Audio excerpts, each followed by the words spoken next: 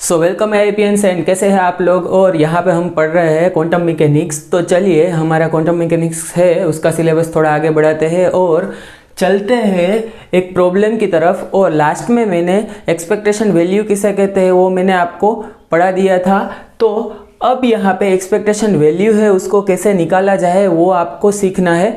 आपको जो फॉर्मूला बताया था वही यहाँ पे यूज़ करने वाला हूँ, लेकिन आपको प्रॉब्लम की तरह से आपको अगर अप्रोच रहेगा आपका प्रॉब्लम का तो आप इजीली सीख सकते हैं कि कहाँ से ये एक्सपेक्टेशन वैल्यू है वो निकालना होता है। और उसकी यहाँ पे मैं बताने वाला हूँ शॉर्ट ट्रिक्स कि कब शॉर्ट ट्रिक अप्लाई करनी है और कब आपको ये शॉर्ट ट्रिक है अप्लाई करके आंसर ला सकते हैं और कब आपको ये शॉर्ट ट्रिक अप्लाई नहीं करनी है।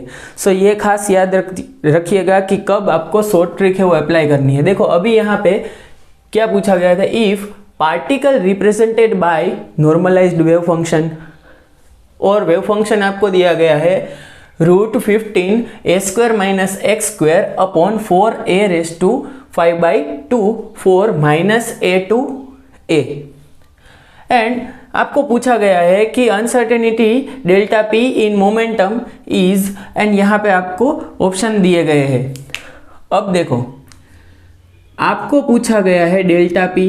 सो हमें पता है डेल्टा p क्या होता है कि p² expectation minus p expectation square. Okay, ये होता है डेल्टा p जो कि है अनसर्टेनिटी इन मोमेंटम। अब यहाँ पे हमें डेल्टा p फाइंड करने के लिए हमें क्या करना होगा, p² का एक्सपेक्टेशन फाइंड करना है और p का एक्सपेक्टेशन फाइंड करना है। अब यहाँ से हम क्या शुरू करेंगे, पहले हम p का एक्सपेक्टेशन है वो फाइंड करेंगे। देखो यहाँ पे आपको बोल दिया है कि वेव फंक्शन है वो नॉर्मलाइज है। सो यहाँ पे नॉर्मलाइजेशन की कोई यहाँ पे रिक्वायरमेंट नहीं है। सो यहाँ पे देखो एक्सपेक्टेशन ऑफ p है।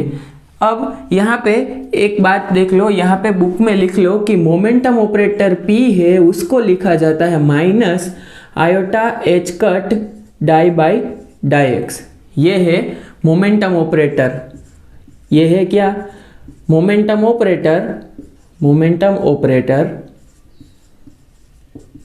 इन पोजीशन स्पेस। क्या है, पोजीशन स्पेस। अब आपको पता है कि यहाँ पे मोमेंटम ऑपरेटर इन पोजीशन स्पेस क्या है, तो यहाँ पे क्या करेंगे हम, रीजन आपको दिया गया है -a से लेके a, तो आपको साई* एक्सपेक्टेशन मतलब कि यहाँ पे p, यहाँ पे साई d टो या dx यहाँ पे x के फॉर्म में है। तो देखो अब आपको ये फॉर्मूला पता है तो यहाँ पे आप क्या करोगे, -a to a, यहाँ पे साई*। देखो कॉम्प्लेक्स फंक्शन के लिए साई* है वो आपको साई से डिफरेंट मिलेगा। अगर आपका फंक्शन यहाँ पे साई है e⁻∗ तो आपको साई* मिलेगा e⁻⁻⁰ लेकिन अगर आपका फंक्शन है सिर्फ साई e⁻⁻⁰ तो साई* है वो क्या होगा, e⁻⁻⁰ सेम ही होगा रियल फंक्शन के लिए। तो यहाँ पे आपको कॉम्प्लेक्स कॉन्जुगेट कैसे निकालना है वो मैंने पहले ही बता दिया था। अब यहाँ पे साई* लिख देते हैं, मतलब कि जो हमारा साई है वही आ जाएगा। सो √15 a² - x² upon 4a⁵/2। Clear. अब p मतलब मैंने यहाँ पे बता दिया था कि p क्या है, -आयोटा डाई/x। देखो ये डायरेक्टली पूछ लेते हैं एग्जाम में कि momentum operator in linear space, momentum operator in position space है वो क्या है। सो फिर से यहाँ पे साई लिखना है। सो a² - x² upon 4a⁵ into d of x। देखो अब ये पूरा का पूरा इंटीग्रेशन है वो हमें परफॉर्म करना है -a से लेके a तक। अब पहले क्या करेंगे, यहाँ पे जो कांस्टेंट पार्ट है उसको आउटसाइड इंटीग्रेशन लिख देंगे। सो यहाँ से √15, यहाँ से √15 मतलब कि यहाँ से 15 आ गया। यहाँ से 4a⁵ एंड 4a⁵ मतलब 16a⁵5 प्लस 5/2 मतलब कि 10/2 मतलब कि हो गया 5। अब क्या आएगा, इंटीग्रेशन -a से लेके a तक a² - x²। आप स्टेप बाय स्टेप ही ये सब इंटीग्रेशन इनिशियल डेज में कर लो, उसके बाद आपको जैसे जैसे प्रैक्टिस होती रहेगी वैसे वैसे आपको इंटीग्रेशन में स्पीड आ जाएगी और आप डायरेक्टली इंटीग्रेशन सब परफॉर्म कर सकोगे। या तो फिर कई बार ऐसा होगा कि आपको पता होगा कि ये इंटीग्रेशन है तो इसका आंसर यही आने वाला है। और जीसेट के एग्जामिनेशन के लिए मैंने आपको बताया है और बताता रहूँगा जब तक कि हमारा बैच ख़त्म नहीं होगा कि आपको सिर्फ और सिर्फ मेमोरी पावर के बेस पे ही ये एग्ज़ाम है वो क्लियर करना है। आप ऐसा नहीं कर सकते कि वहाँ पे 3 घंटे में जो आप 200 क्वेश्चन है वो सब सोल्व करके आप लिख दोगे। फिजिक्स के 100 क्वेश्चन आते हैं तो फिजिक्स के 100 क्वेश्चन क्या आप 2 घंटे आपको मिल रहे हैं तो दो घंटे में आप सोल्व करके लिख दोगे? नहीं, आपको सोल्व नहीं करना है। आपको उसमें से 50 to 70 क्वेश्चन है वो आपको मेमोरी बेस ही आते होने चाहिए। अब यहाँ से चलते हैं आगे कि 15/16a⁵ और यहाँ पे पहले जो मोमेंटम ऑपरेटर है वो यहाँ पे परफॉर्म करवाते हैं a² - x²। सो यहाँ पे -i⁻h और यहाँ पे d/dx ऑफ a² - x²। यहाँ पे साइड में मैं लिख देता हूँ कि d/dx ऑफ a² - x² क्या होगा। तो देखो a का डिफरेंशिएशन विथ रिस्पेक्ट टू एक हो गया 0। यहाँ पे फिर से -x² है उसका डिफरेंशिएशन क्या हो गया -2x। क्या हो गया -2x। सो यहाँ पे क्या आएगा -2x dx। क्लियर?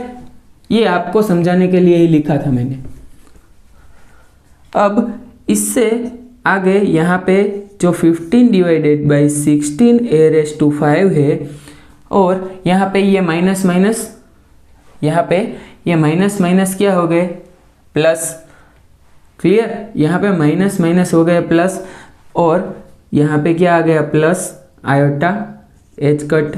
यहाँ पे प्लस i⁻h² लिख दिया मैंने और यहाँ पे 2 है वो बच गया मतलब कि मल्टीप्लिकेशन में 2 आएगा। वो सब कांस्टेंट है तो बाहर ले सकते हैं इंटीग्रेशन की। अब -a से लेके a तक अब बच गया क्या a² - x² और यहाँ पे x dx। क्लियर? अब देखो ये जो इंटीग्रेशन है आप मुझे यहाँ पे पता है कि ये है इवन फंक्शन, ये है ओड फंक्शन।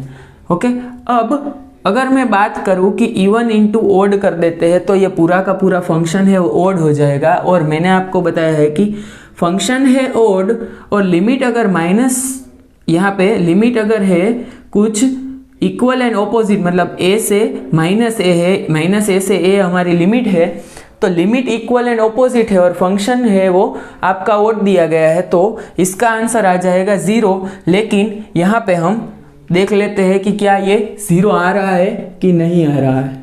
सो यहाँ पे हम क्या देखेंगे कि 15 × 2 मतलब 30/16 30i⁻h²/16a⁵ यहाँ पे इंटीग्रेशन है -a से लेके a और यहाँ जो x है वो यहाँ पे मल्टीप्लाई करवा दो a² x - x³ dx।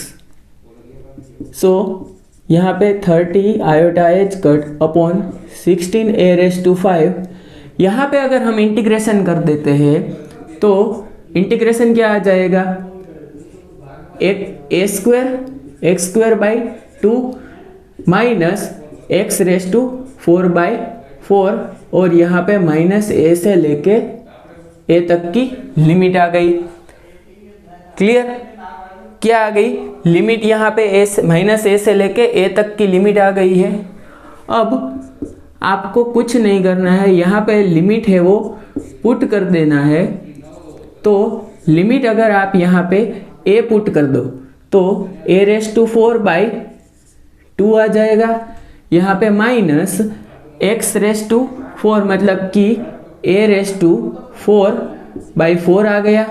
Okay, अब माइनस यहाँ पे ए स्क्वायर एक्स स्क्वायर है, उसकी जगह पे एक्स स्क्वायर की जगह पे माइनस ए पुट कर देते हैं तो क्या आ जाएगा, ए रेज टू 4/2 माइनस यहाँ पे ए रेज टू 4/4। सो ये दोनों टर्म सेम है और बीच में जो माइनस का साइन है उसकी वजह से ये 0 आ जाएगा। तो यहाँ पे एक्सपेक्टेशन ऑफ P है वो क्या हो जाएगा, 0। एक्सपेक्टेशन वैल्यू ऑफ P है वो हो जाएगा 0। यहाँ पे क्या फाइंड करना था, डेल्टा P हमें निकालना है, तो ये आ गया है 0। अब हमें फाइंड क्या करना है, P square expectation, P square का एक्सपेक्टेशन फाइंड करना है। अब यहाँ पे P है वो 0 आ गया, P का एक्सपेक्टेशन वैल्यू 0 आ गया। देखो यहाँ से ही मैंने बता दिया था कि ये जो इंटीग्रेशन है वो किस में रिड्यूस हो जाएगा, 0 पे रिड्यूस हो जाएगा। तो ये आप पूरा का पूरा इंटीग्रेशन परफॉर्म कर लो और यहाँ पे जो साइड में लिख देना कि ऑड फंक्शन है और लिमिट है इक्वल एंड ऑपोजिट, तो आपका इंटीग्रेशन है वो 0 हो जाएगा। और यहाँ पे शॉर्ट ट्रिक के लिए हम स्टेटमेंट लिख देंगे कि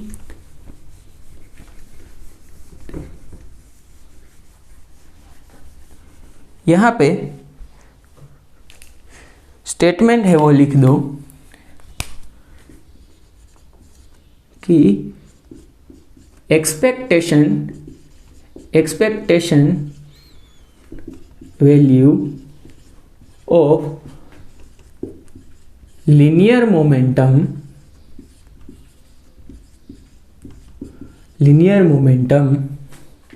in bound state is 0। Okay, दो स्टेटमेंट आपको लिखने हैं। देखो, expectation of value of linear momentum in bound state is 0 and दूसरा लिख दो कि expectation value of linear momentum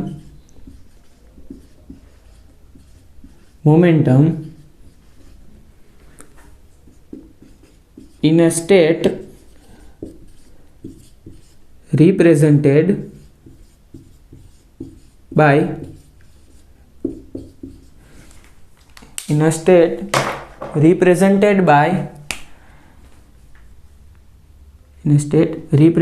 by real wave function is 0। Okay, ये दोनों इंपॉर्टेंट स्टेटमेंट है जो कि जीसेट के सभी questions related to expectation value है वो फाइंड करने में आपको बहुत ही ज़्यादा हेल्प करने वाले हैं। देखो, यहाँ पे आपको पता है कि यहाँ पे फंक्शन में कहीं पे आयोटा दिया गया नहीं है, मतलब कि ये फंक्शन है वो पूरा का पूरा रियल फंक्शन है। और ये रियल फंक्शन अगर है तो स्टेटमेंट नंबर 2 आप देखो कि expectation value of linear momentum in a state represented by a real wave function is 0। मतलब कि ये है वो स्टेटमेंट 2 से हम डायरेक्टली बता सकते हैं कि यहाँ पे एक्सपेक्टेशन ऑफ P है वो हो जाएगा 0। ये सिर्फ एक्सपेक्टेशन वैल्यू ऑफ पी के लिए ही है, ये पी स्क्वायर एक्सपेक्टेशन के लिए नहीं है। सो आप यहाँ पे गलती करके यहाँ पे अप्लाई करना मत, वरना आपका अनसर्टेनिटी हो जाएगा 0। सो पी स्क्वायर का एक्सपेक्टेशन वैल्यू है वो हम फाइंड कर लेते हैं। सो ये दोनों स्टेटमेंट है वो आप लिख देना, अलग पेन से लिख दो, क्योंकि आपको वो हाईलाइट होकर दिखेगा। क्लियर। अब यहाँ पे हम बात करते हैं कि अगर देखो यहाँ पे पी स्क्वायर है, उसका एक्सपेक्टेशन वैल्यू हमें फाइंड करना है, तो पी स्क्वायर है वो हमें पता होना चाहिए कि पी स्क्वायर है वो क्या है। सो यहाँ पे लिखते हैं पी स्क्वायर एक्सपेक्टेशन। तो हमें पता होना चाहिए कि P क्या है, माइनस आयोटा एच कट के डाई बाई डाई एक्स, और P स्क्वायर है वो क्या होगा, यहाँ पे माइनस का स्क्वायर मतलब प्लस, आयोटा का स्क्वायर मतलब कि माइनस, एच कट का स्क्वायर और die by die x square, okay, die square by die x square.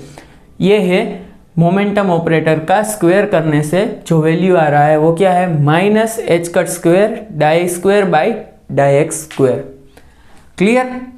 अब सेम चीज हमें करनी है कि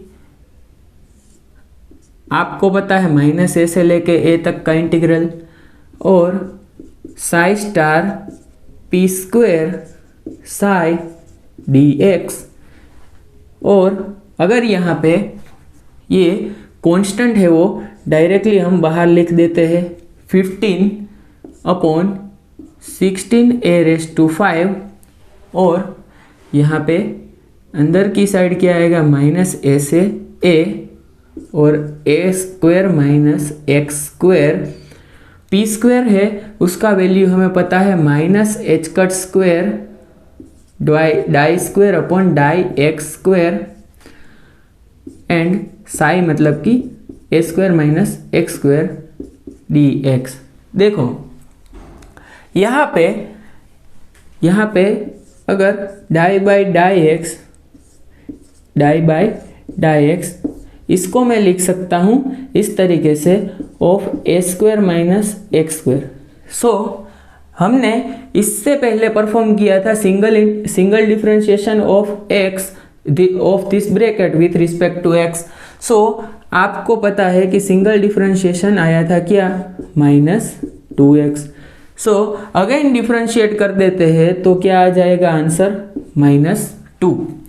तो यहाँ पे आपका आंसर क्या आ जाएगा, 15/16a⁵, एंड यहाँ पे -2 यहाँ पे लिख देते हैं a square minus x square, यहाँ पे माइनस एच कट स्क्वायर है, और ये double differentiation of this bracket आ गया -2, ओके, 2dx। सो यहाँ से ये माइनस माइनस प्लस हो गया, सो 15/16a⁵, एंड यहाँ पे into 2h cut square. Clear. अब आपको सिर्फ क्या करना है, माइनस ए से ए तक a square minus x square d x. देखो यहाँ पे ये फंक्शन है, यहाँ पे लिमिट इक्वल एंड ऑपोजिट है, लेकिन फंक्शन है उसमें अगर आप x की जगह -x पुट करोगे तो सेम फंक्शन ही आ रहा है, मतलब कि क्या होगा, फंक्शन है वो इवन फंक्शन है। सो यहाँ पे थोड़ा सिंप्लीफिकेशन भी करना है बाद में, 15 into 2h cut square upon 16a⁵, and अगर यहाँ पे आप इंटीग्रेशन कर दोगे तो इंटीग्रेशन आ जाएगा a square x minus x cube by 3, and limit है -a से a। क्लियर। अब इसको हटा देते हैं और देखते हैं कि हमारा आंसर है वो क्या आने वाला है। तो यहाँ पे एक्सपेक्टेशन ऑफ पी स्क्वायर यहाँ पे 30h cut square upon 16a⁵ यहाँ से आ गया। और अगर यहाँ से आप क्या करो, a है यहाँ पे पुट कर देते हैं, तो a³ हो जाएगा -a³/3, a³ -a³/3। और यहाँ पे माइनस करके क्या होगा, -a पुट कर दो। सो यहाँ पे -a अगर पुट कर दिया तो क्या आ जाएगा, -a³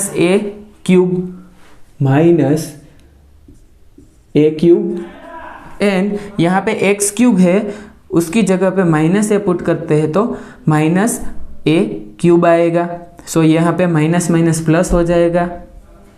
so minus minus plus हो जाने से आपका यहाँ पे क्या आएगा आंसर, a³/3। क्लियर। सो 30h² / 16a⁵ और यहाँ पे देखो, यहाँ पे ये माइनस माइनस प्लस हो जाएगा। एक स्टेप में एक्स्ट्रा लिख दे रहा हूँ ताकि आप कोई भी मिस्टेक ना करो, -a³/3। सो यहाँ से आपका सिर्फ सिंप्लीफिकेशन ही है। सो सिंप्लीफिकेशन कर लो तो क्या आ जाएगा, देखो 2a³ -2a³/3। सो यहाँ पे 2a³ -2a³/3।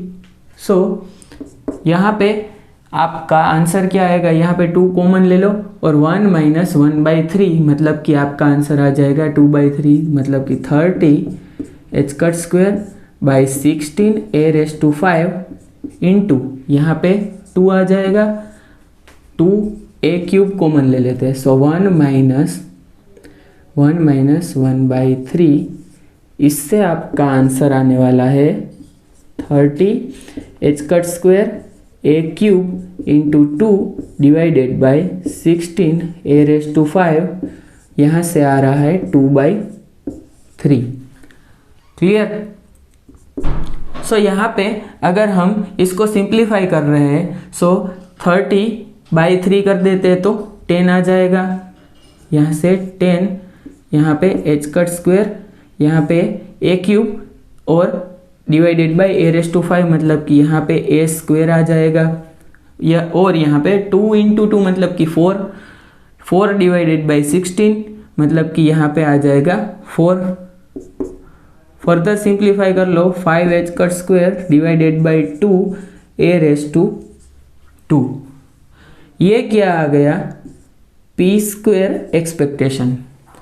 क्या आ गया, p² का एक्सपेक्टेशन। देखो यहाँ पे मैंने इससे पहले बोला था कि हमें डेल्टा p है वो निकालना है, तो ये पूरा का पूरा डेरिवेशन है वो आप लिख लो बुक में। इतने लेंथी डेरिवेशन है वो आपको पूछे जाने वाले नहीं है, लेकिन मैं यहाँ पे आपको बता रहा हूँ कि अगर आप डेरिवेशन करोगे एक्सपेक्टेशन ऑफ p फाइंड करने में तो कितना लंबा, वो जो पहले वाला डेरिवेशन था वो भी लंबा ही था। तो यहाँ पे डेल्टा p है वो क्या हो जाएगा, p² expectation minus p expectation का स्क्वायर। अब यहाँ पे p एक्सपेक्टेशन स्क्वायर है वो 0 है। सो यहाँ पे क्या लिखेंगे हम, 5h² डिवाइडेड बाई 2a²। सो इससे √5h/√2a आपका आंसर है वो आ जाएगा। क्या आ जाएगा, √5h/√2। सो ये आपका आंसर आ गया। और ये क्वेश्चन है, देखो आपको अगर पता है कि एक्सपेक्टेशन वैल्यू कैसे फाइंड करना है और डिफरेंशिएशन है आपको करना आता है, इंटीग्रेशन करना आता है, तो ये क्वेश्चन आप सोल्व कर सकते हैं। और ये क्वेश्चन पूछा गया था CSIR नेट में कब, 2012 में। कब पूछा गया था, CSIR नेट में 2012 में ये क्वेश्चन है वो पूछा गया था। क्लियर।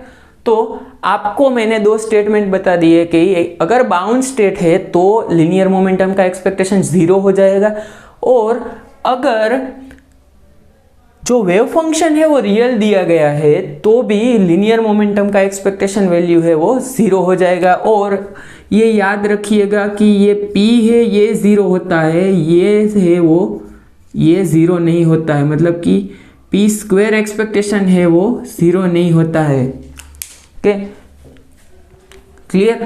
तो यहाँ पे अनसर्टेनिटी है वो हमने फाइंड कर लिया है। सो नेक्स्ट क्वेश्चन है, उस पे चलते हैं। सो यहाँ पे आपको क्वेश्चन दिया गया है कि if particle represented by normalize wave function psi is equal to a into e raise to iota के एक्स, यहाँ पे ये वेव फंक्शन है वो नॉर्मलाइज नहीं दिया गया है। देखो आपको बोला है कि if a particle represented by wave function psi is equal to, यहाँ पे सिर्फ वेव फंक्शन लिखना है, ये नॉर्मलाइज वेव फंक्शन नहीं है। सो अगर हमने बोला है कि ये वेव फंक्शन है वो सिर्फ आपको दिया गया है और क्वेश्चन में कहीं पे भी मेंशन नहीं किया है कि ये नॉर्मलाइज है कि नहीं, तो फर्स्ट स्टेप इज कि आपको ये नॉर्मलाइज करना होगा। मतलब कि नॉर्मलाइज कब होगा, ए अगर आप फाइंड कर लो तो नॉर्मलाइज हो जाता है।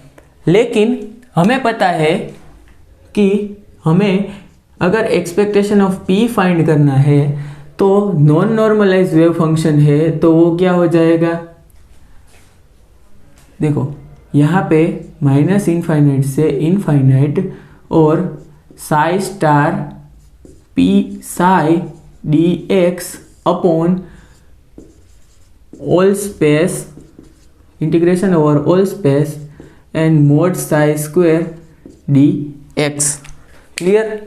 ये हमारा जो नॉन नॉर्मलाइज वेव फंक्शन है उसके लिए फॉर्मूला है। तो आपको डिनोमिनेटर में प्रोबेबिलिटी है वो आपको यहाँ पे करना होगा। मतलब कि एक्सपेक्टेशन का जो फॉर्मूला है वो पूरा का पूरा यही है। अगर आपको वेव फंक्शन नॉर्मलाइज दिया है मतलब कि ये पार्ट है वो आप नहीं यहाँ पे पुट करेंगे तो ही चलेगा, तो भी चलेगा। लेकिन अगर यहाँ पे आपको क्वेश्चन में कहीं पे भी मेंशन नहीं किया है कि वेव फंक्शन नॉर्मलाइज है तो आपको कंपलसरी यही फॉर्मूला है वो यूज़ करना होगा।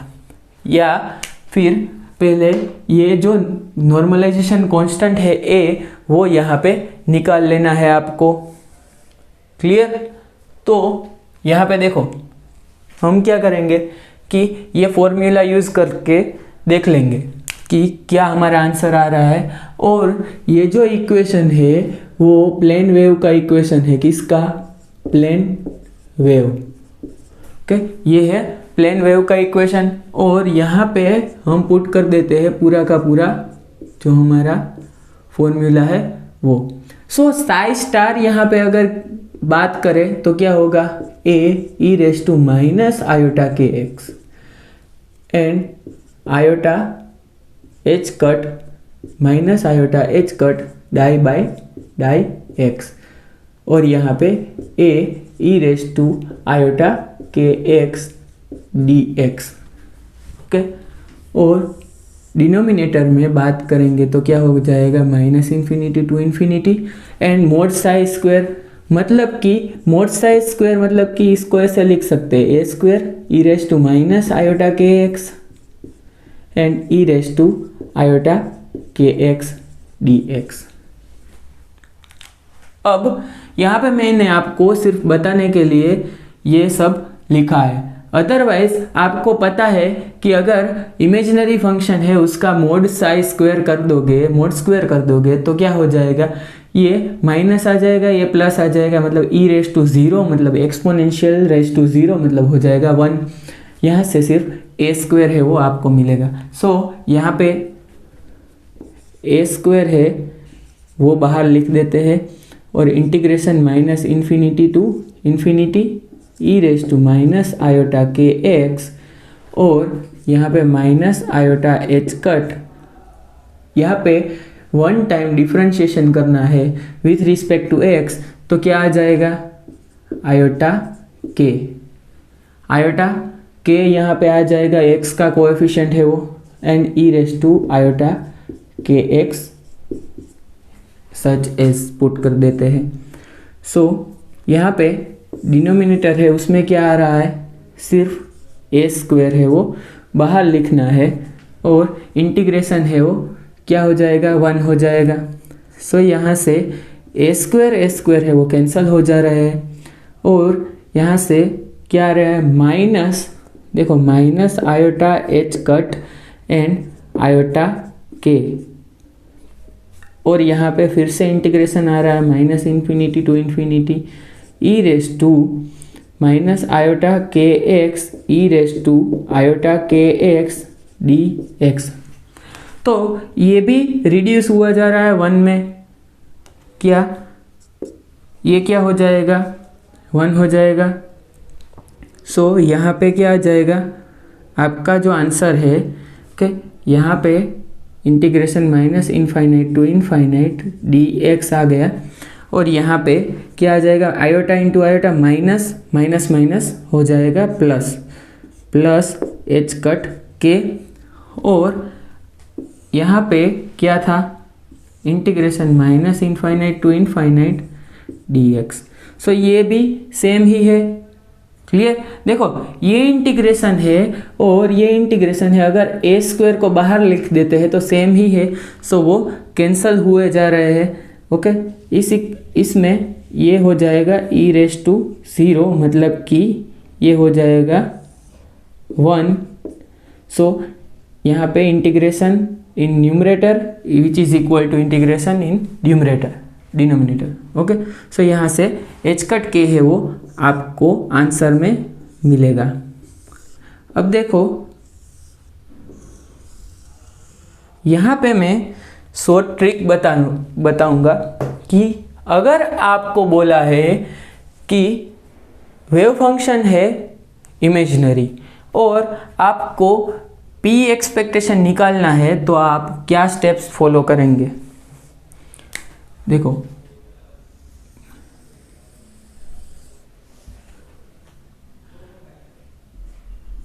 पी एक्सपेक्टेशन है वो आपको निकालना है, और वेव फंक्शन आपको दिया गया है psi is equal to a e raise to iota के x.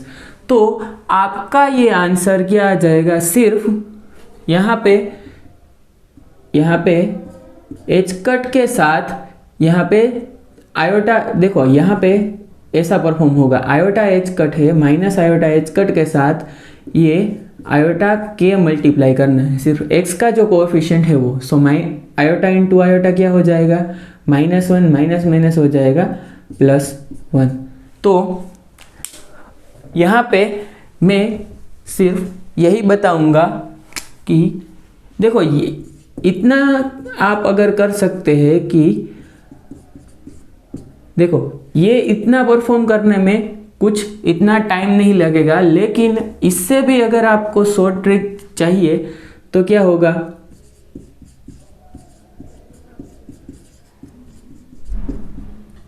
Minus iota H cut into coefficient of x with iota. देखो आयोटा एंड यहाँ पे साइन भी लिख दो, और दूसरा क्या कर सकते हैं कि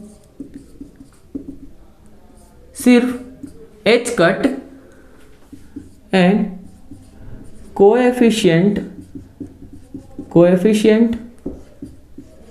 with sign. Clear, coefficient with sign.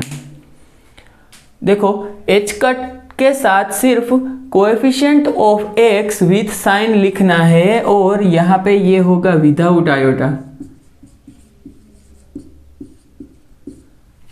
Clear, मतलब कि आपको ये वेव फंक्शन अगर दिया गया है और आपको एक्सपेक्टेशन ऑफ पी निकालना है, तो आप क्या करोगे, एच कट के साथ डायरेक्टली ये के है, आयोटा है, उसको नहीं देखना है, एक्स को भी नहीं देखना है, तो यह मल्टीप्लिकेशन में क्या आ गया, के और उसका साइन है वो पॉजिटिव है, सो एच कट के है वो आपका आंसर आ गया। क्लियर? तो ये था शॉर्ट ट्रिक कि ये शॉर्ट ट्रिक आपको कब यूज करना है कि जब आपका वेव फंक्शन है वो क्या है, इमेजिनरी। और ये शॉर्ट ट्रिक है उसको आप ऐसे भी लिख सकते हैं कि अगर समझना है तो S I is equal to lambda psi. देखो S I is equal to lambda psi मतलब कि ये आइगन फंक्शन है, आइगन फंक्शन है और ये है आइगन वैल्यू। मतलब कि अगर हम कोई ऑपरेटर है वो ऑपरेट कर रहे हैं किस पे, जो आइगन फंक्शन है, मतलब कि यहाँ पे ये साई है वो ऑपरेटर का आइगन फंक्शन है, तो क्या आ जाएगा, यहाँ पे जो मल्टीप्लिकेशन में आ रहा है वो आ जाएगा आइगन वैल्यू। सो यहाँ पे एक कंसेप्ट यहाँ इसके साथ ही हम ये क्वेश्चन के साथ ही हम देख लेते हैं कि देखो यहाँ पे पी साई मतलब लेमड़ा साई, ओके, यहाँ पे ये क्या था, ऑपरेटर, यहाँ पे ये है ऑपरेटर, साई क्या होगा, साई हो जाएगा आइगन स्टेट या आइगन फंक्शन, और ये लेमड़ा क्या हो जाएगा, आइगन वैल्यू। ओके, तो ये आप लिख लो पहले और यहाँ पे मैं ये सब एक्सप्लेन कर दूंगा कि कैसे आपको ये लेमड़ा है वो मिल सकता है। तो देखो अगर आप ऑपरेट कर रहे हैं साई पे तो आपको क्या मिलने वाला है, देखो माइनस आयोटा एच कट और die by die x of psi, मतलब कि साई आपको क्या दिया गया है, डाई बाई डाई एक्स, और साई दिया गया है a into e raise to iota के एक्स। क्लियर? तो यहाँ पे आप बात करें कि माइनस आयोटा एच कट, यहाँ पे डिफ्रेंशिएशन कर दो तो क्या आ जाएगा, आयोटा के और a into e raise to iota के एक्स। तो यहाँ पे आयोटा इंटू आयोटा मतलब कि माइनस वन माइनस माइनस हो जाएगा प्लस वन, एच कट के, और यहाँ पे a into e raise to iota के एक्स है उसको क्या लिख सकता हूँ मैं, साई। सो क्या लिख सकता हूँ, एच कट के ऑफ साई। सो यहाँ पे क्या था, पी ऑफ साई के, यहाँ पे क्या था, पी ऑफ साई। सो देखो मोमेंटम ऑपरेटर ऑपरेट किया है कहाँ पे, ये वेव फंक्शन पे, साई पे, और हमें यहाँ पे साई मिल रहा है फिर से और उसके साथ कुछ मल्टीप्लिकेशन में वैल्यू आ रही है। सो इसको कहते हैं आइगन वैल्यू। क्या कहते हैं, आइगन वैल्यू, आइगन वैल्यू कहते हैं। और ये साई है उसको क्या कहते हैं, आइगन फंक्शन, आइगन फंक्शन, और आइगन स्टेट क्या कहते हैं, आइगन स्टेट ऑफ, क्या है ये operator, linear momentum operator, of linear momentum operator. Clear? तो इसका हम बाद में यूज करेंगे। और यहाँ पे फिर से हम थोड़े क्वेश्चंस देख लेते हैं कि किस तरह से ये आप यूज कर सकते हैं शॉर्ट ट्रिक। शॉर्ट ट्रिक के लिए आपको पता होना चाहिए कंडीशंस और दो स्टेटमेंट की, अगर मोमेंटम है उसकी एक्सपेक्टेशन पूछी गई है और फंक्शन है वो बाउंड स्टेट का है, या आपको डायरेक्टली पूछ भी सकते हैं कि the expectation value in a bound state, the expectation value of linear momentum operator in a bound state is, और आपको चार ऑप्शन है वो दिए गए होंगे कि 0 है, 1 है, 2 है या कुछ a है या x है। आपको कंफ्यूज करने के लिए जो भी ऑप्शन दिए गए हैं उसमें से आपको निकालना है क्या, सिर्फ 0, जबकि बाउंड स्टेट है। तो अगर वेव फंक्शन है रियल तो लीनियर मोमेंटम ऑपरेटर की अगेन एक्सपेक्टेशन वैल्यू क्या हो जाएगी, 0 रिड्यूस हो जाएगी। अब इससे चलते हैं आगे कि अगर आपको क्वेश्चन दिया गया है, क्वेश्चन क्या दिया गया है कि calculate expectation value of momentum, calculate expectation value of momentum if of particle which represented by wave function psi is equal to a e raised to minus x square by a square e raised to iota k0 x। तो देखो यहाँ पे ये wave function है, आपको दिया गया है और आपको एक्सपेक्टेशन वैल्यू है निकालनी है। तो मैंने बोला है कि रियल पार्ट है, देखो ये हो जाएगा रियल पार्ट, क्यों, क्योंकि यहाँ पे आयोटा नहीं है, ये हो गया हमारा imaginary part of wave function. So यहाँ पे रियल पार्ट जो है उसका एक्सपेक्टेशन वैल्यू है p क्या हो जाएगा 0, और इसका अगर p हमें फाइंड करना है तो क्या हो जाएगा, एक्सपेक्टेशन वैल्यू ऑफ p है वो क्या हो जाएगा, सिर्फ h कट k0।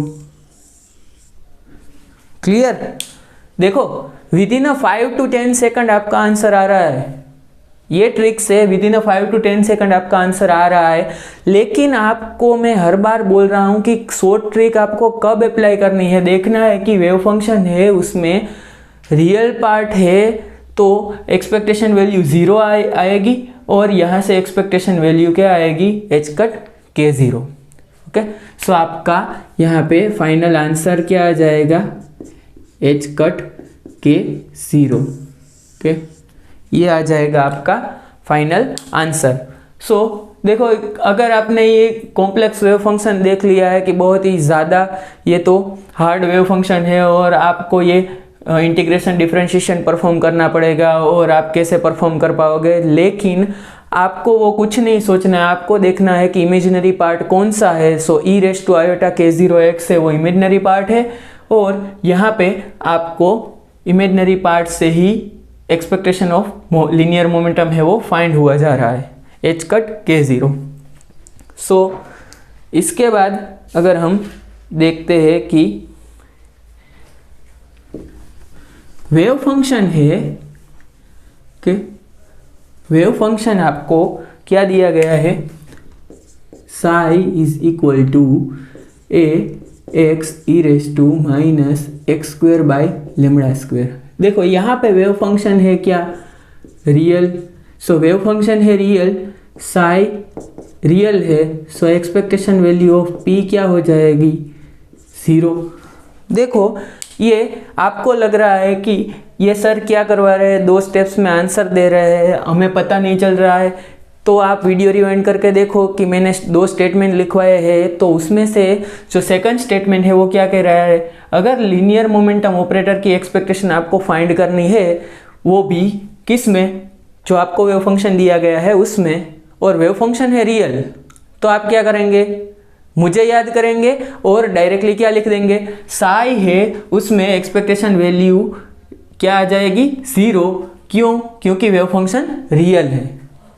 ओके, ये इतने मिनट से मैं यही समझा रहा हूँ कि अगर वेव फंक्शन रियल है तो ही आप इसे अप्लाई करें, अदरवाइज जो मैंने आइगन वैल्यू वाला शॉर्ट ट्रिक बताया है वही आपको यूज़ करना है। सो यहाँ पे दूसरा क्वेश्चन है वो देखते हैं कि देखो अगर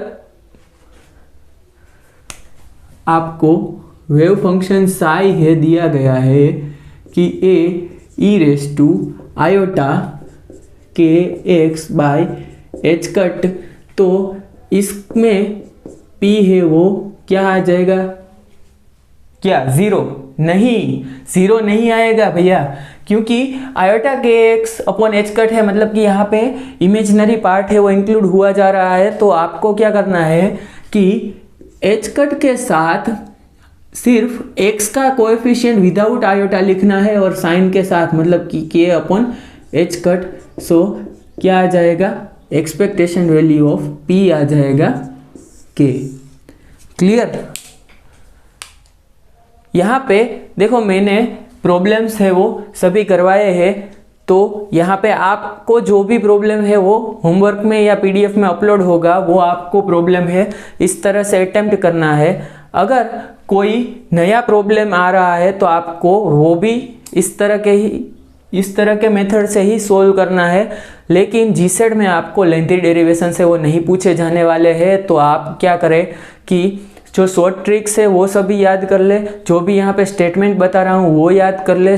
आपको कंसेप्चुअल अप्रोच है वो यहाँ पे ज़्यादा से ज़्यादा पढ़ा रहा हूँ, और प्रॉब्लम भी हम कर रहे हैं, लेकिन प्रॉब्लम है वो लेंथी डेरिवेशन वाले प्रॉब्लम जीसेट में नहीं पूछे जाने वाले हैं। अगर लेंथी डेरिवेशन है तो वो प्रॉब्लम आपको छोड़ के, या उसमें देखो यहाँ पे माइनस सिस्टम नहीं होता है, तो वो प्रॉब्लम है उसमें आप आंसर लिख सकते हैं कोई भी, लेकिन आप ट्राई करें कि वो आपसे सोल्व हो। अगर आपसे वो क्वेश्चन है विद इन 2-3 मिनट सोल्व नहीं हो रहा है तो वो आप उसे छोड़ दो और नेक्स्ट क्वेश्चन पे चले जाओ। ओके, लास्ट में जो भी आपको तुक्के लगाने हैं क्वेश्चन में वो आप लगा सकते हैं, क्योंकि यहाँ पे माइनस सिस्टम नहीं है। सो अब नेक्स्ट है वो हम देखते हैं कि नेक्स्ट टॉपिक हमारा क्या है। तो अगर आपको दिया गया है कोई एक गॉसियन वेव फंक्शन, तो यहाँ पे आप जो एक्सपेक्टेशन वैल्यू ऑफ x है, एक्सपेक्टेशन ऑफ x स्क्वायर है या डेल्टा x है वो कैसे निकाल सकते हैं इजी वे में, शॉर्ट ट्रिक्स है। ओके, तो यहाँ पे स्टेप्स है वो मैंने आपको लिख दिए हैं, तो पहले एक बार वीडियो पॉज कर लो और ये पूरा का पूरा जो स्टेप्स है वो लिख लो। बाद में एक एग्जांपल देखेंगे और ये भी मैं आपको एक्सप्लेन करने वाला हूँ। अब देखो, गॉसियन है, गॉसियन वेव फंक्शन है, वो किसे कहेंगे हम कि e रेस टू माइनस और x स्क्वायर होगा। क्लियर? तो उस तरीके के वेव फंक्शन है उसको हम गॉसियन वेव फंक्शन है वो बोलेंगे। अब यहाँ पे बात करते हैं कि to calculate expectation of x, compare the given wave function psi with this part, exponential minus x minus expectation of x whole square upon, यहाँ पे कुछ भी लिख देता है something, और आपको ऐसे ही लिखना है, और mod psi square.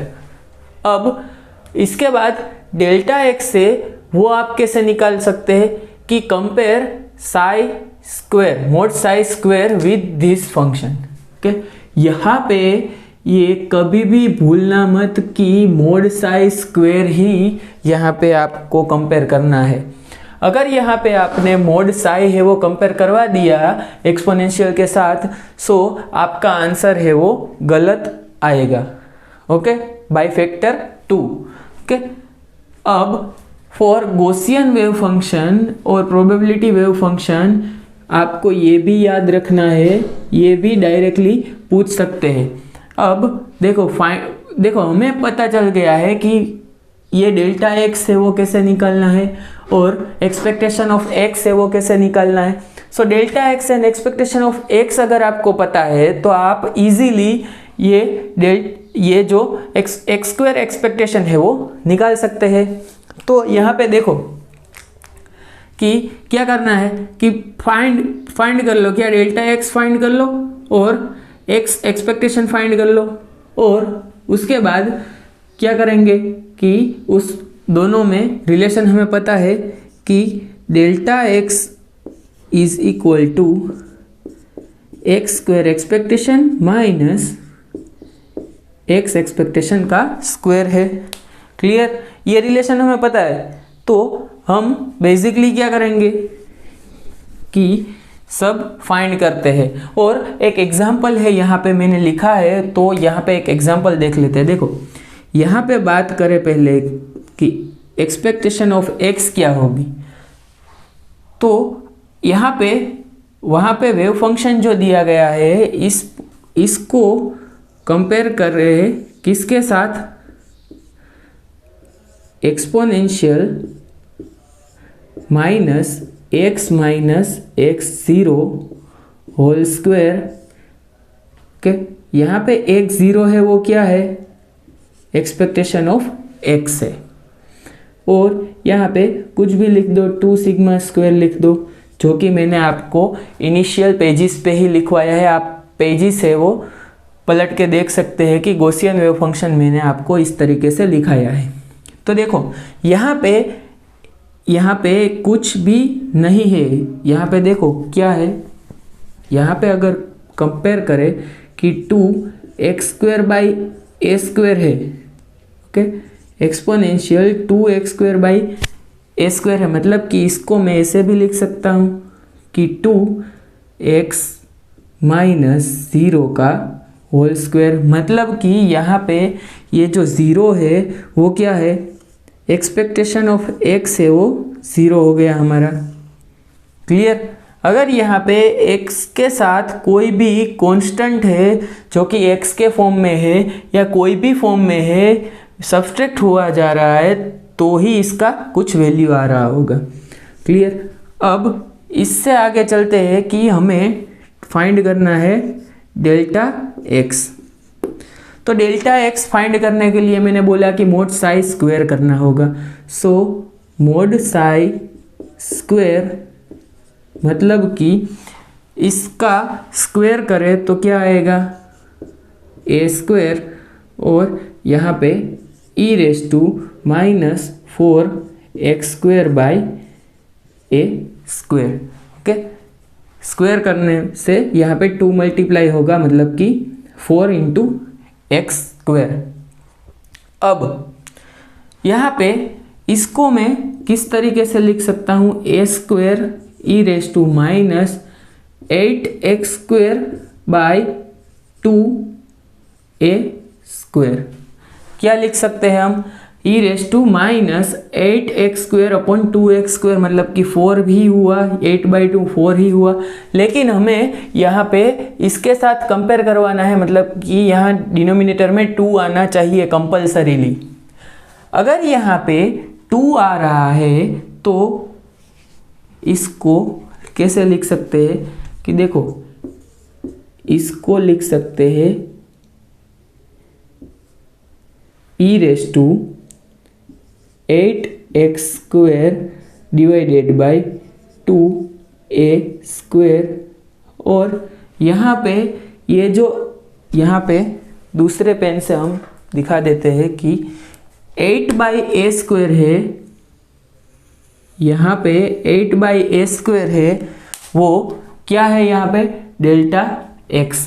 So delta x है वो आप शॉर्ट मेथड से निकाल सकते हैं क्या, कि a square by 8, delta x का स्क्वायर है, सॉरी डेल्टा x का स्क्वायर क्या है, a स्क्वायर बाई 8, मतलब कि अगर हम बात करें कि डेल्टा x है वो क्या होगा, डेल्टा x है वो होगा a/2√2।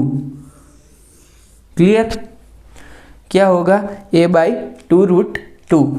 और यहाँ से हमें पता है कि delta x is equal to root under x square expectation minus x expectation का स्क्वायर लिखते हैं।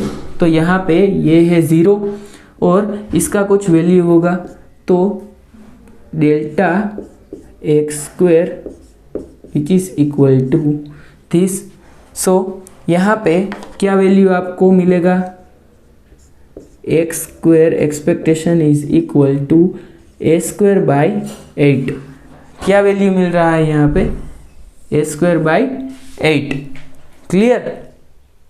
तो यहाँ पे हमने क्या निकाला, एक्सपेक्टेशन ऑफ एक्स निकाल लिया, डेल्टा एक्स निकाल लिया, और एक्स स्क्वायर एक्सपेक्टेशन है वो हमने निकाल लिया है शॉर्ट मेथड से। फिर से एक बार यहाँ पे आपको किस तरीके से ये कंपेयर करना है वो मैं यहाँ पे एक बार फिर से बता रहा हूँ कि आपको डेल्टा एक्स से वो निकालना है और कंपेयर करना। देखो यहाँ पे एक्स स्क्वायर ही लिखा है, मतलब कि यहाँ पे ये जो एक्सपेक्टेशन ऑफ एक्स है जो एक्स में से सब्ट्रैक्ट हो रहा है वहाँ पे कुछ नहीं है, तो यहाँ पे ज़ीरो आएगा।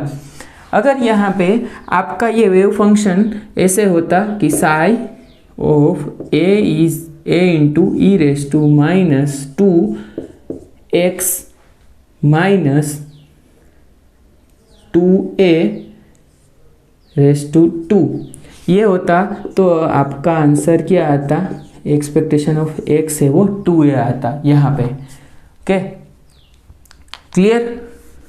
लेकिन यहाँ पे हमें दिया गया नहीं है कुछ भी, तो यहाँ पे आएगा 0। और अब डेल्टा एक्स से वो कैसे निकाले कि पहले मॉड साई स्क्वायर से कंपेयर करना है, ये आपको याद रखना है। इतना मैं जोर इसलिए दे रहा हूँ कि यहाँ पे आप गलती कर सकते हैं, मॉड साई से ही आप कंपेयर करवा दिया एक्साइटमेंट में ही आके कि हाँ यस मुझे ये क्वेश्चन है आता है, ये सर ने बताया था, तो आप इसमें गलती कर दोगे। तो आपको क्या करना है कि डेल्टा एक्स निकालने के लिए ये जो वेव फंक्शन है उसको कंपेयर करवाना है। तो इस पार्ट को कंपेयर करवाना है किससे, एक्सपोनेंशियल माइनस एक्स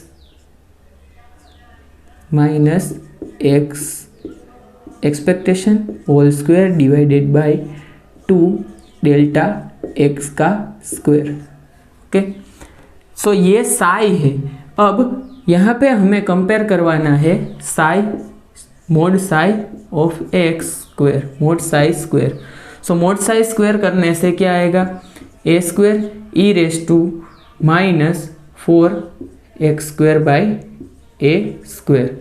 सो अभी यहाँ पे थोड़ा चेंज करना पड़ेगा, क्यों, क्योंकि ए स्क्वायर है उसके साथ कुछ मल्टीप्लाई हो रहा है डिनोमिनेटर में, मतलब 2 फैक्टर है वो मल्टीप्लाई हो रहा है। तो अगर हम सेम फॉर्म में हमें ये चीज़ लानी है तो 8x square divided by 2a square होगा। अब यहाँ पे ये कंपेयर कर लो। सो यहाँ पे डेल्टा एक्स स्क्वायर की जगह पे क्या है, ए स्क्वायर बाई 8 है, ए स्क्वायर अपॉन 8 है। सो यहाँ से डेल्टा एक्स का स्क्वायर आ गया और डेल्टा एक्स क्या आ जाएगा, ए बाई 2√2। क्लियर। और यहाँ से हमें पता चल रहा है कि एक्सपेक्टेशन एक्स है वो 0 है और डेल्टा एक्स स्क्वायर आपको पता है, तो delta x square is equal to x square expectation आएगा। तो एक्स स्क्वायर एक्सपेक्टेशन का आंसर क्या आएगा, ए स्क्वायर बाई 8। क्लियर। तो इतना आपको गॉसियन वेव फंक्शन जब भी आपको दिया गया है तब आपको ये सब चीज़ है वो परफॉर्म करनी होती है। तो हमारा नेक्स्ट टॉपिक होगा हाइजेनबर्ग इक्वेशन। क्लियर। और हाइजेनबर्ग अनसर्टेनिटी प्रिंसिपल।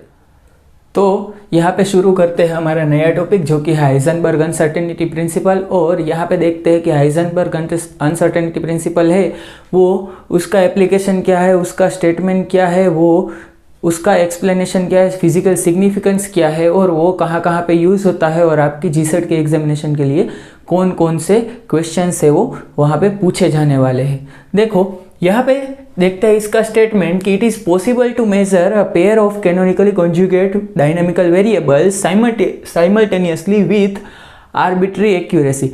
मतलब कि अगर हम बात करें कि मोमेंटम, यहाँ पे मोमेंटम एंड पोजीशन है वो आर्बिट्री एक्यूरेसी के साथ मेजर हो सकता है, लेकिन एग्जैक्टली वो मेजर नहीं हो सकता है कि आप एक्स डायरेक्शन में उसका मोमेंटम भी बता सकते हैं और उसी टाइम पे उसका पोजीशन भी बता सकते हैं। मतलब कि वो आर्बिट्री मेजर होता है, वो एग्जैक्टली मेजर नहीं होता है। अब यहाँ पे बात करते हैं कि कैनोनिकली कॉन्जुगेट डायनामिकल वेरिएबल्स क्या होते हैं। देखो कैनोनिकली कॉन्जुगेट डायनामिकल वेरिएबल्स है वो किसे कहते हैं, जो कि ये P dot is equal to d h upon d q and minus of d h upon d q and q dot is equal to d h upon d p. ये relation जो सेटिस्फाई करते हैं उसे कहते हैं कैनोनिकली conjugate variables. देखो अब ये रिलेशन क्या है, बेसिकली हैमिल्टन इक्वेशन है। क्या है? Hamilton's equation, Hamilton's equation of motion. अब हैमिल्टन्स इक्वेशन है ये, इसे जो सेटिस्फाई कर रहे हैं उसे क्या कहते हैं, कैनोनिकली कॉन्जुगेट डायनामिकल वेरिएबल। अब यहाँ से चलते हैं आगे कि अगर कॉम्यूटेटर के लैंग्वेज में हम बात करें कि अगर ये कॉम्यूटेटर ब्रैकेट है और यहाँ पे जब हम कॉम्यूटेटर ब्रैकेट की बात करेंगे तो क्या होगा, वहाँ पे ये एक्स पी वाई है वो 0 होगा, वहाँ पे देखेंगे हम।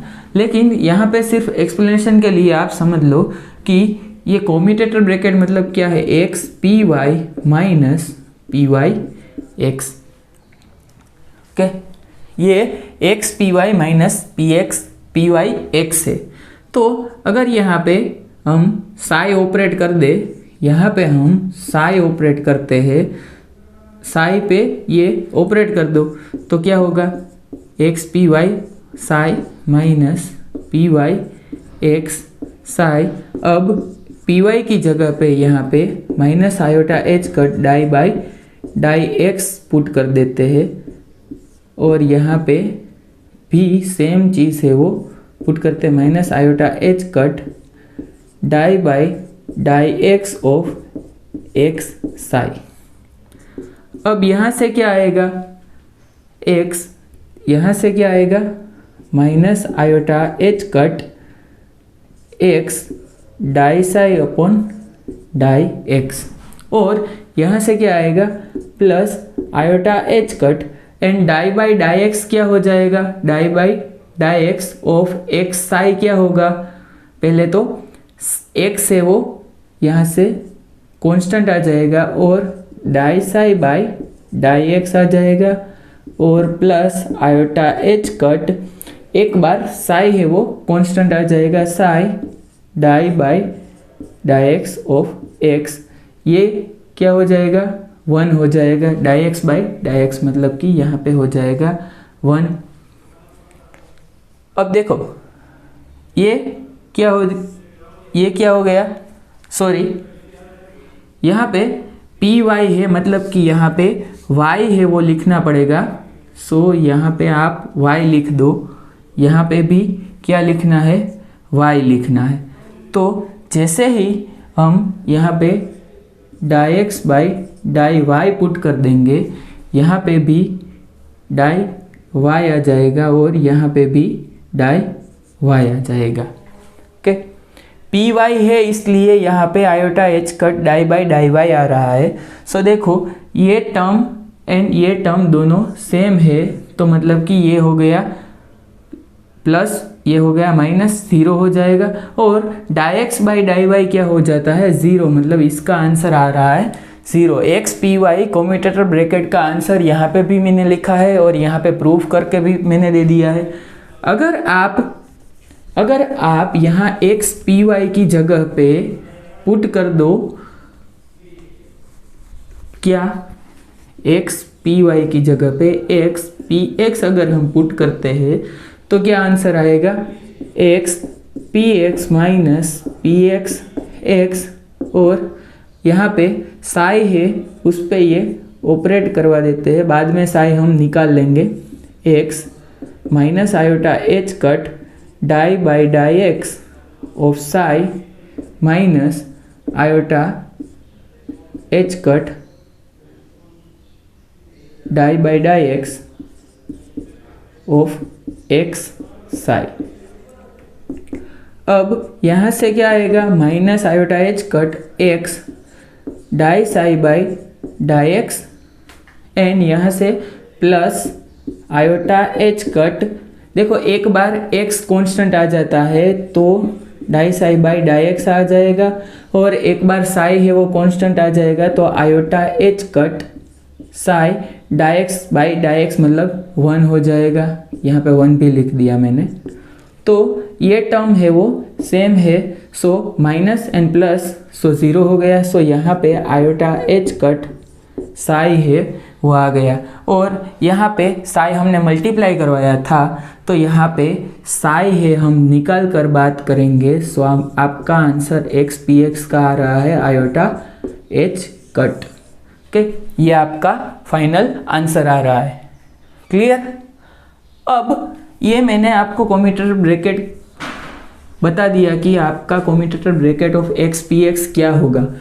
अब जब ये कम्यूटेटर ब्रैकेट की बात करेंगे तभी हम उसकी प्रॉपर्टी और सब डिस्कस कर लेंगे, लेकिन यहाँ पे आपको सिर्फ बताना ज़रूरी था कि आपको ये पता चल जाए कि ये कहाँ से आता है।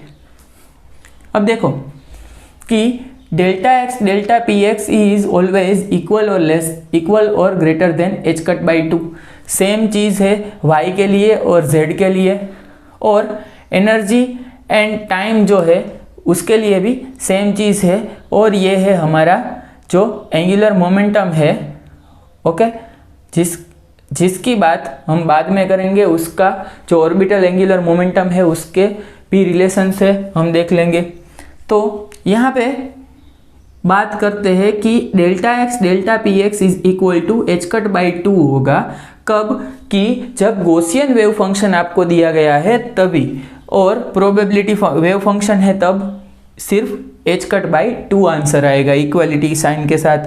अगर गॉसियन वेव फंक्शन नहीं है लेकिन प्रोबेबिलिटी वेव फंक्शन है तो उसके लिए greater than h cut by 2 आएगा, और अगर नॉन गॉसियन वेव फंक्शन है तो सिर्फ एच कट आएगा। Okay, delta x delta p h cut. अब एक इम्पोर्टेंट पॉइंट यहाँ पे लिख दो कि delta x delta p x is equal to h cut by 2 for, यहाँ पे ओनली फॉर लिखो, only for ground state of linear harmonic oscillator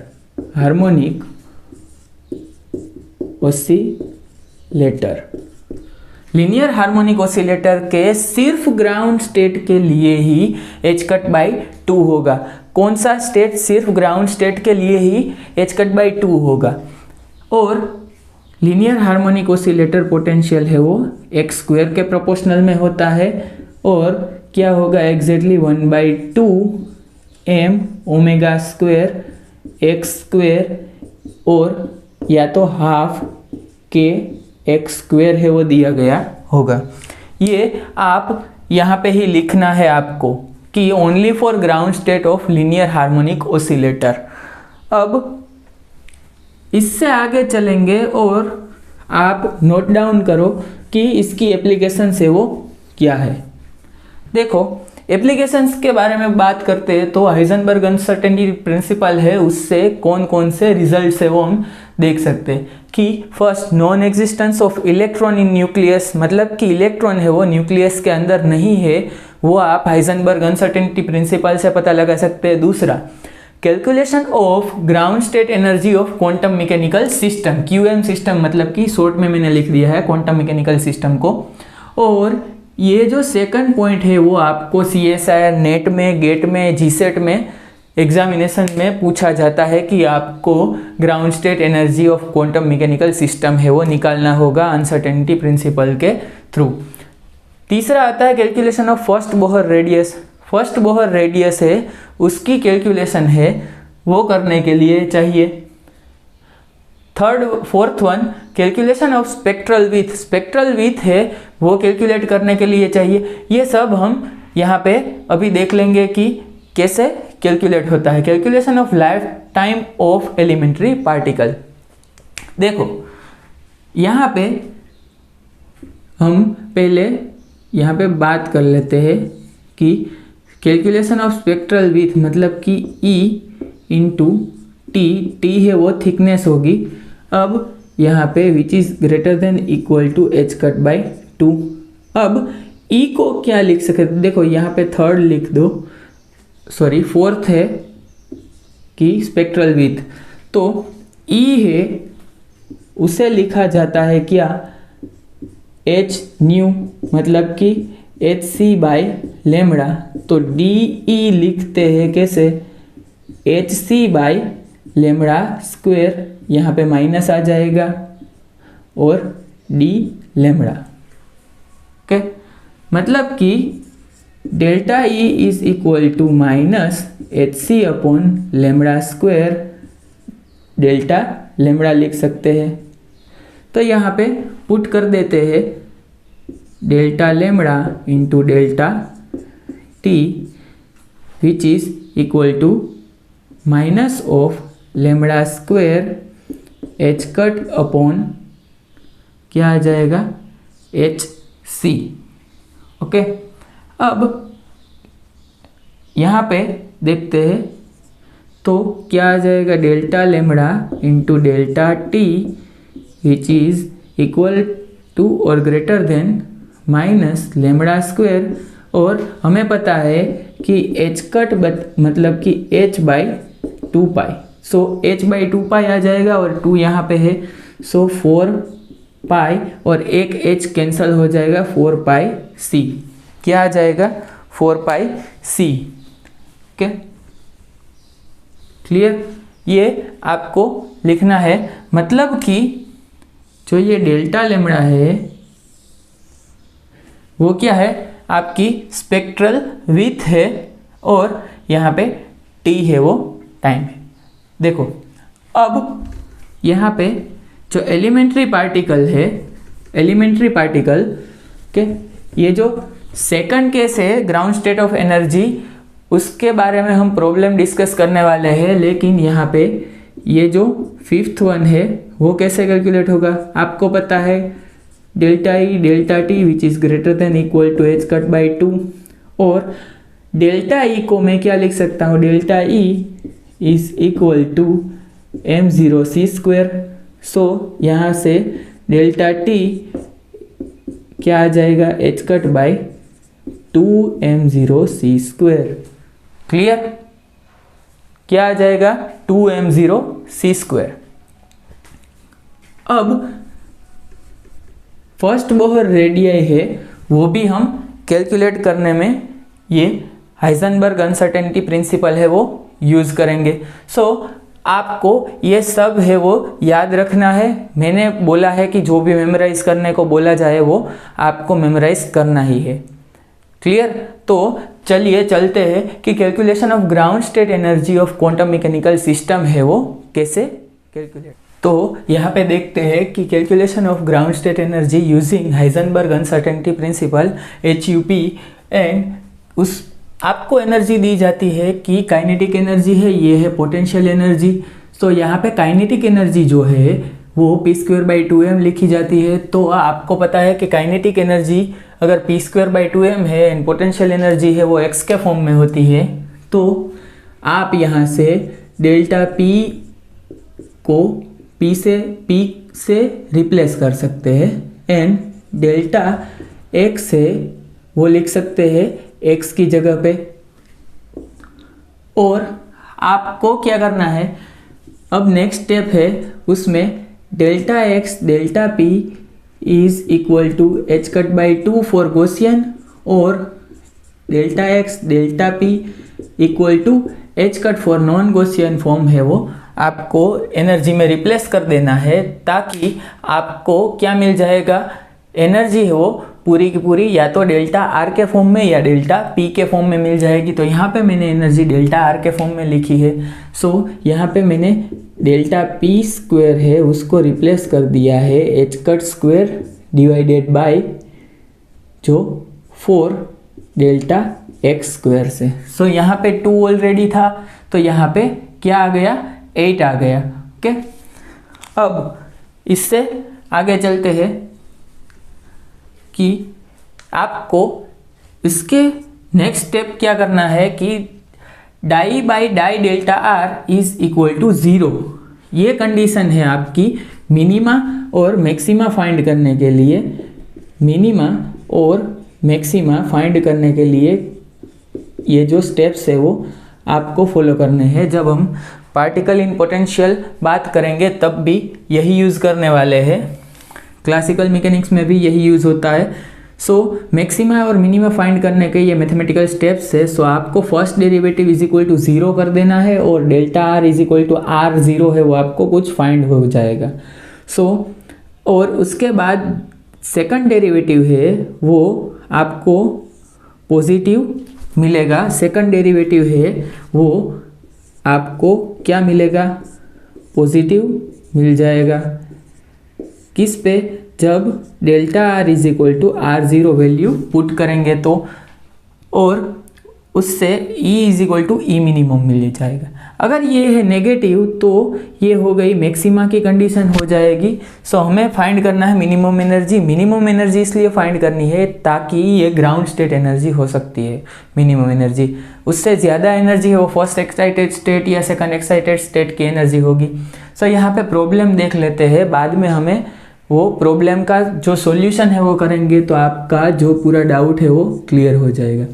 सो यहाँ पे एनर्जी क्या लिखी जाती है, p² by 2m plus half m omega square x square, और यहाँ पे delta p² by 2m plus यहाँ पे 1/2 m omega square delta x square. यहाँ पे मैंने x और p की जगह पे डेल्टा x डेल्टा p लिख दिया।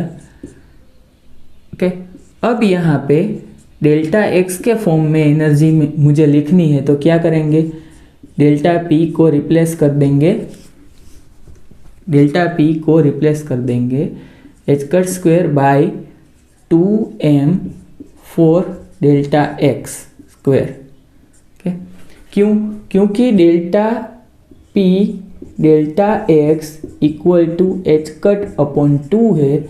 सो यहाँ से delta p is equal to delta p² is equal to h² by 4 delta x square आ जाएगा। सो ये मैंने रिप्लेस कर दिया है यहाँ पे। अब 1/2 m omega square delta x square. So ये पूरा का पूरा एनर्जी है वो डेल्टा x के फॉर्म में आ गया।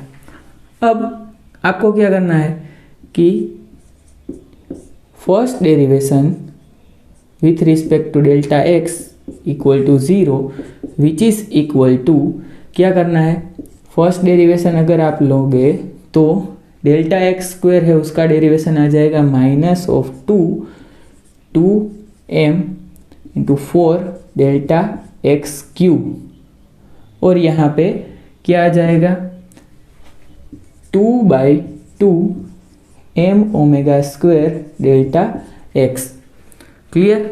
अब यहाँ पे 0 है और ये 2 कैंसिल हो गए, -h² by 4 delta x cube into m। Okay, और यहाँ पे क्या आ जाएगा m omega square delta x। यहाँ से अगर आप डेल्टा x है उसकी वैल्यू है वो निकाल ले तो delta x raise to 4 delta x raise to 4 is equal to h² by m square omega square. यहाँ से आपको डेल्टा x की वैल्यू है वो निकालनी है तो आपको क्या करना होगा, यहाँ पे सिंप्लीफिकेशन कर लो, डेल्टा x क्यूब m, यहाँ से डेल्टा x रेस टू 4 और h² divided by m square omega square. आपके लिए ये स्टेप्स है वो मैंने लिख दिए हैं। तो यहाँ पे जो हमने कैलकुलेशन की है उसमें यहाँ पे मिस्टेक हो गया है, तो क्या आ जाएगा, यहाँ पे 1/4 है। सो यहाँ पे आ जाएगा क्या 4, कि यहाँ पे 4 आ रहा है तो मतलब कि यहाँ पे 2m ओमेगा आ जाएगा रूट निकालने से। तो अगर हमें बात करनी है कि del square e by del x square है वो 0 से ज़्यादा कब आएगा? If we put delta x is equal to h cut by m omega. Okay, delta x square is equal to क्या है? Plus minus H cut by 2 m omega. Okay, so यहाँ पे क्या करना है? 2 यहाँ पे ये जो प्लस फॉर्मेट है वही आपको लिखना है। आपकी इजीनेस के लिए अभी मैंने बता दिया है कि delta x is equal to अगर आप plus under root h cut by 2 m omega लिख दोगे तो आपका जो ये एनर्जी का डबल डिफ्रेंशिएशन है वो पॉजिटिव आएगा। सो आपको अभी ये इस स्टेप में आपको सिर्फ वैल्यू पुट कर देना है। किसका? डेल्टा एक्स स्क्वायर का। सो आप वैल्यू पुट करेंगे तो क्या आएगा? 2m डेल्टा एक्स की जगह पे एच कट, यहाँ पे H cut by 2m omega, और यहाँ पे 1/2m ओमेगा स्क्वायर और h cut by 2m omega. So यहाँ पे ये 8 है, क्लियर? सो यहाँ पे ये 8 है और आपको ये 8 डिवाइडेड बाई 2 मतलब कि एच कट, और ये ओमेगा ऊपर आ जाएगा h cut omega by 4। Okay, m cancel हो जाएगा, एक एच कट कैंसिल हो जाएगा, और यहाँ से भी क्या आएगा? एम कैंसिल हो रहा है, ओमेगा कैंसिल हो रहा है। So h cut omega by 2 into 2 4। So आपका फाइनल आंसर आ रहा है e minimum is equal to h cut omega by 2, clear? Which is ground state energy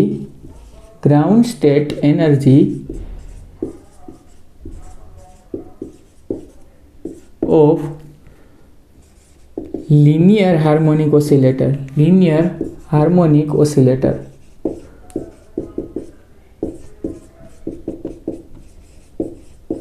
और इसे 0 पॉइंट एनर्जी कहते हैं,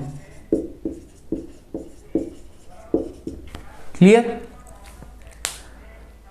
तो यहाँ पे पोटेंशियल दिया गया था 1/2 m omega square x square. देखो यहाँ पे मुझसे भी मिस्टेक हो गई थी कि यहाँ पे जो एच कट स्क्वायर बाई 4 लिखा था उसको मैंने यहाँ पे कैलकुलेशन में कंसीडर नहीं किया और मेरा आंसर आ गया था h cut by m omega. तो मतलब कि यहाँ पे मिस्टेक होती है कभी कभी, तो आपको मैथमेटिकल कैलकुलेशन में ध्यान रखना है। तो देखो यहाँ पे मैंने कई बार प्रैक्टिस की होती है तो भी मेरे से मिस्टेक हो रही है, तो मतलब आप पहली बार अगर अटेम्प्ट कर रहे हैं तो आपसे भी मिस्टेक से वो हो जाएगी, और एग्ज़ाम में आप मिस्टेक कर दोगे तो बाद में वो मार्क्स से वो आपको नहीं मिलेंगे। यहाँ पे तो मुझे तो वीडियो में कट करके आपको फिर से एक बार मैं बता दूंगा कि ये मिस्टेक हो गई थी, यहाँ पे मिस्टेक आपको नहीं करनी है, लेकिन आप वो मिस्टेक है वो रिवाइंड करके सोल्व नहीं कर सकते।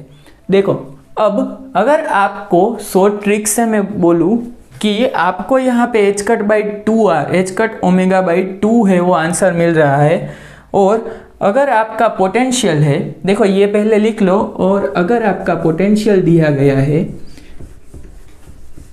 2 into m omega square x square, यहाँ पे पोटेंशियल है वो मैंने क्या चेंज कर दिया, यहाँ पे 2 लिख दिया। सो अगर पोटेंशियल आपको दिया गया है 2m ओमेगा स्क्वायर, तो इसको शॉर्ट ट्रिक में क्या करेंगे? शॉर्ट ट्रिक कैसे लगाए?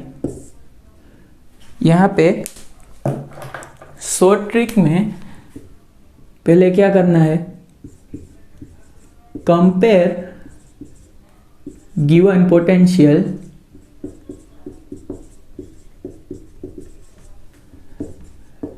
With half m omega square x square. देखो अगर हम बात करें कि आपको जो दिया गया है पोटेंशियल है उसे हम क्या लिख सकते हैं कि 4m omega square x square divided by 2 लिख सकते हैं हम। ऊपर और नीचे 2 से मल्टीप्लाई कर दिया सो 4/2m⍵²x² लिख सकते हैं। तो अगर मैं बात करूँ तो मैं ऐसे लिख सकता हूँ 1/2m 2ω² ओके। यहाँ पे जो ये ओमेगा है वो क्या होगा 2ω। ओमेगा है वो मतलब कि ओमेगा डैश है वो हो रहा है 2ω।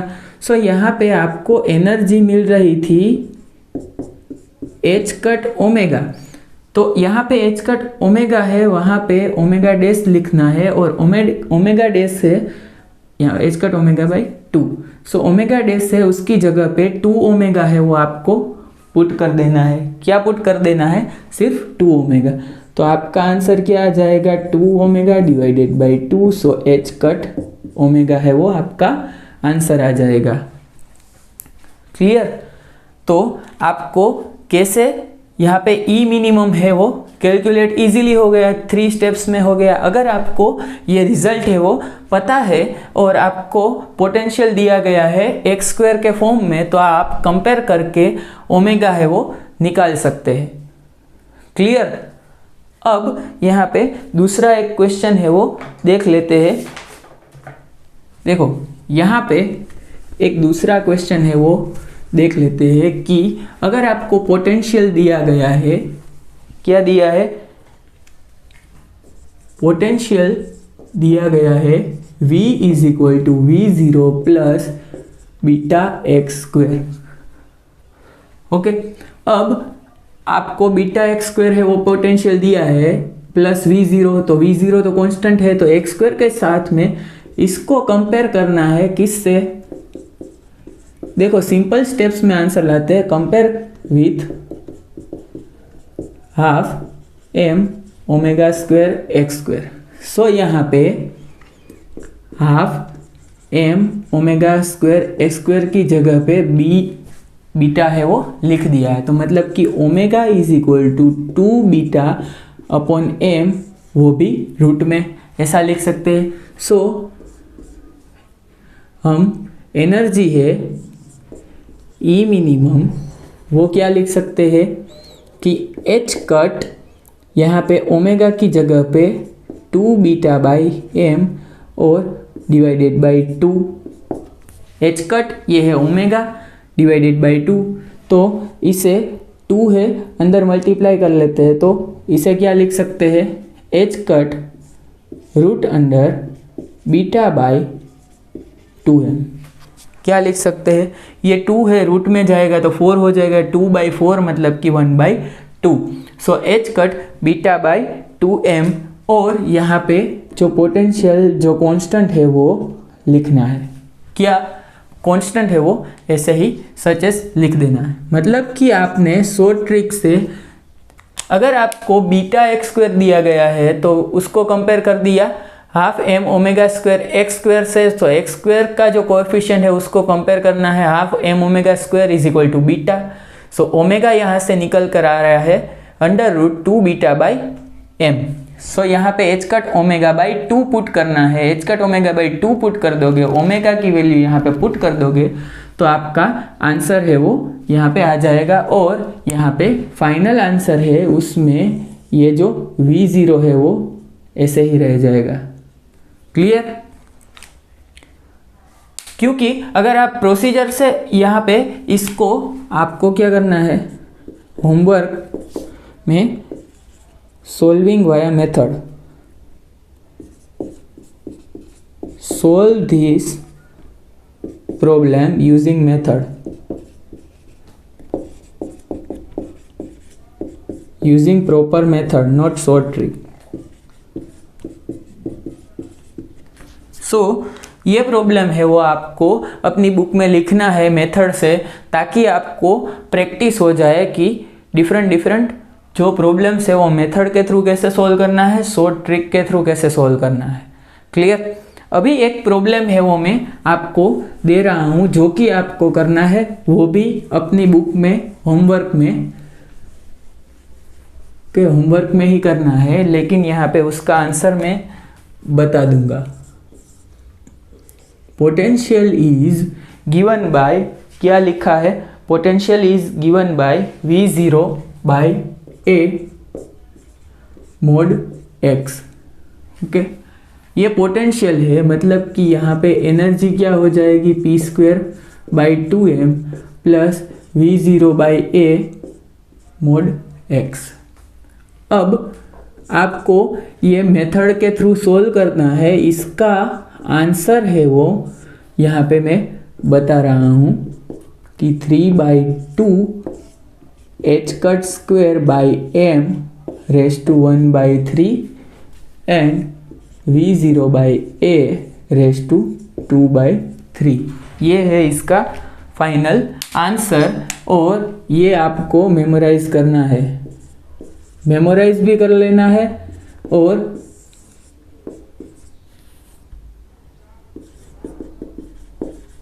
Find this answer with proper method.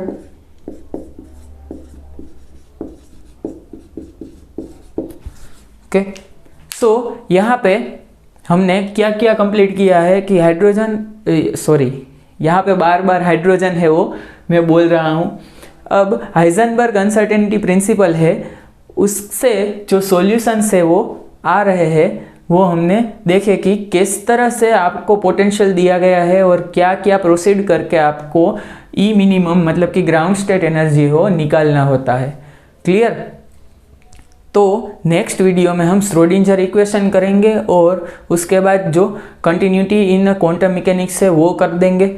सो तब तक के लिए आप वीडियो है वो देख लीजिए, इसका रिवीजन कर लीजिए, जो भी वीडियो अब तक अपलोड किए हैं वो आपको रिवाइज करने हैं और मिलते हैं हमारे नेक्स्ट वीडियो में। तब तक के लिए गुड बाय।